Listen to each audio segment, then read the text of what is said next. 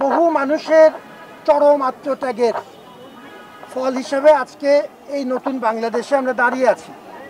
আমরা যেন এক মুহূর্তের জন্য এই রক্তঋণ ভুলে না যাই এবং আপনারা যে কাজটি করছেন গত বৃহস্পতিবার থেকে নিরলস দিন রাত ঢাকা বিশ্ববিদ্যালয় এবং অপরাপর বিভিন্ন শিক্ষা প্রতিষ্ঠান যারা ঢাকা বিশ্ববিদ্যালয়ের ডাকে সাড়া দিয়ে আমাদের সাথে শরিক হয়েছেন, দেশের কাজে শরিক হয়েছেন, এটি যে কোনো মূল্যে জাতির জন্য অহংকার করার মতো একটা বিষয়।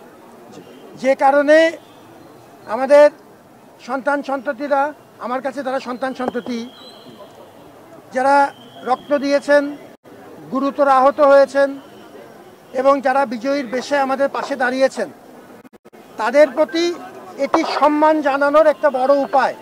এই যে আমরা স্বেচ্ছাসেবকের ভিত্তিতে কোনো রকম ব্যক্তি স্বার্থ ছাড়া শুধুমাত্র দেশের কাজে এতগুলো মানুষ দিন রাত পরিশ্রম করে যাচ্ছি।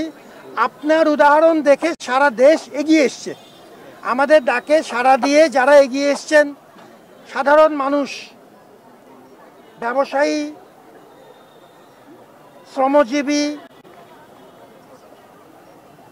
ছাত্র, শিক্ষক, জনতা, সবাই, শিশু কিশোর, সবাই আমাদের এই উদাহরণে, আপনারা যে উদাহরণ তৈরি করেছেন, তারা তাতে অনুপ্রাণিত হয়ে আমাদেরকে বিশ্বাস করে সাড়া দিয়েছে। এর চাইতে বড় আনন্দের ব্যাপার আমাদের জন্য খুব বেশি জাতি হিসেবে ঘটে না।